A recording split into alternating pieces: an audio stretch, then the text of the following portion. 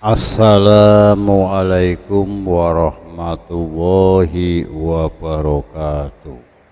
Kiai Irfan, pendiri pesantren Kaliwungu Kendal. Kiai Irfan bin Musa wafat tahun 1932. Semasa kecilnya memiliki nama Muhammad Bisri. Oleh masyarakat dan santri Kaliwungu, Kendal, Jawa Tengah, akrab dengan dipanggil Mbah Irfan. Sepulang dari perjalanan menimba ilmu, Mbah Irfan mendirikan pesantren sekaligus menjadi pengasuh pesantren Pondok Pesantren Kaliwungu pada tahun 1919. Mbah Irfan merupakan salah satu ulama Nusantara yang menuntut ilmu di kota Mekah. Keberangkatan Mbah Irfan ke Mekah atas perintah dari ayahnya, Kiai Musa. Di saat ia masih berusia belasan tahun. Kemudian terhitung setelah hampir 11 tahun bermukim di Mekah, ia kembali ke Kaliwungu pada tahun 1888. Kisah tersebut disampaikan oleh salah satu cucu Mbah Irfan, Kiai Solahuddin, dalam acara Haul Kiai Irfan bin Musa di Aula Al-Irfan, Pesantren Salafiyah Kaliwungu Kendal. Pada masa remaja, Mbah Irfan mengaji kepada ulama setempat, kemudian di sekitar umur belasan, di bawah 20 tahun, diutus ayahnya untuk mengaji ke Mekah. Kemudian setelah 11 tahun beliau pulang pertama sebelum berangkat ke Mekah lagi, tepatnya pada tahun 1888, kata Kiai Solahuddin. Mbah Irfan diceritakan menimba ilmu di Mekah selama 11 tahun. Kemudian pulang ke Kaliwungu 1 tahun dan melangsungkan pernikahan, terus berangkat lagi untuk kedua kalinya ke Mekah selama 6 atau 7 tahun. Artinya Mbah Irfan tercatat 2 kali pemberangkatan ke Tanah Suci itu.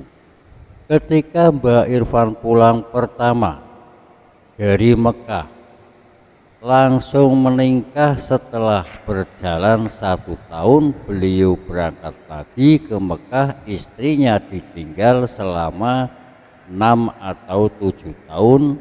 Pada waktu itu sekitar tahun 1830 sampai awal tahun 1900-an. Banyak ulama ulama Jawa Nusantara yang mengaji di Mekah. Kiai Solahuddin Humadullah melanjutkan kisah perjalanan Mbah Irfan saat menimba ilmu di Tanah Suci.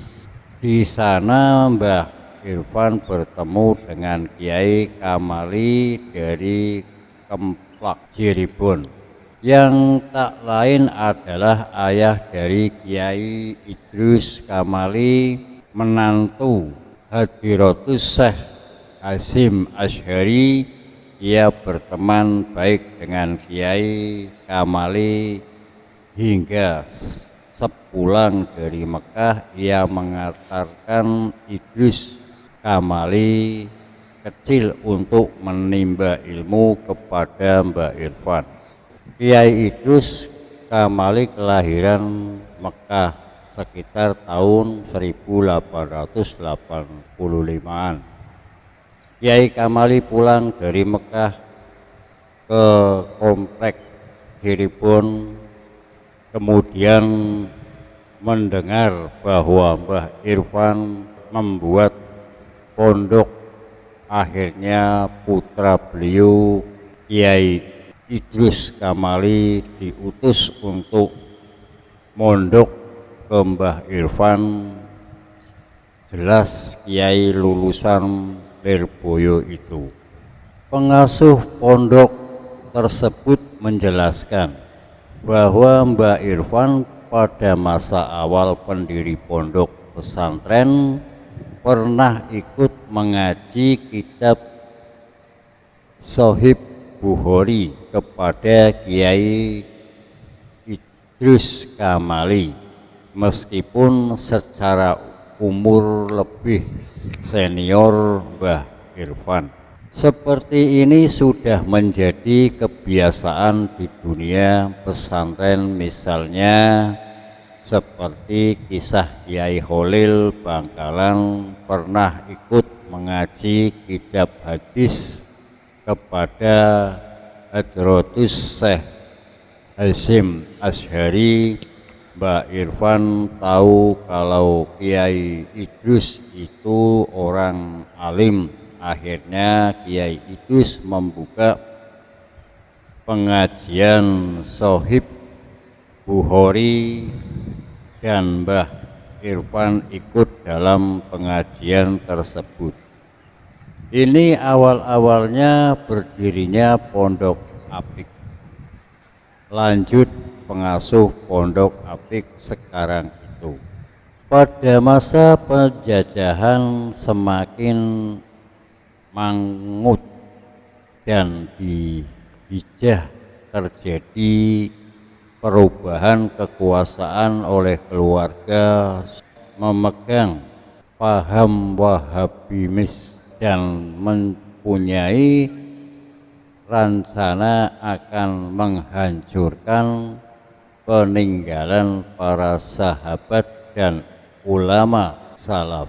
Akhirnya para ulama yang dipegangi Kiai Hasyim Asy'ari membentuk Komite Hijah yang kemudian menjadi spirit mendirikan organisasi Nahdlatul Ulama. Menurut Kiai Salahuddin, Mbah Irfan juga turun dengan kediaman Mbah Hasyim Asy'ari pada waktu didirikan NU. Ketika NU itu didirikan, Mbah Irfan ikut sowan ke Mbah Hasyim Asy'ari, dan setelah Mbah Hasyim ke Kaliwungu, kemudian Mbah Irfan sowan ke Jombang, ungkapnya. Sepulang dari Mekah yang kedua, Mbah Irfan menunaikan cita-cita untuk mendirikan pondok pesantren Salaf Al-Qaumani dan sekarang dikenal dengan Pondok Pesantren Salaf Apik. Setelah Kiai Irfan wafat, pengasuh pesantren dilanjutkan oleh Kiai Ahmad Ruqyat. Kemudian berlanjut kepada Kiai Himaidullah Irfan, putra Kiai Irfan. Berikutnya kepada Kiai Imron Humadullah, dan saat ini Kiai Salahuddin Humadullah. Keduanya merupakan cucu dari Kiai Irfan. Berkat kegigihan dan kealiman Mbah Irfan pula, ia mampu mendidik putra-putri dan para santrinya untuk menjadi orang-orang yang berpengetahuan dan alim dalam memahami ilmu agama. Kiranya cukup sekian dulu. Wassalamualaikum warahmatullahi wabarakatuh.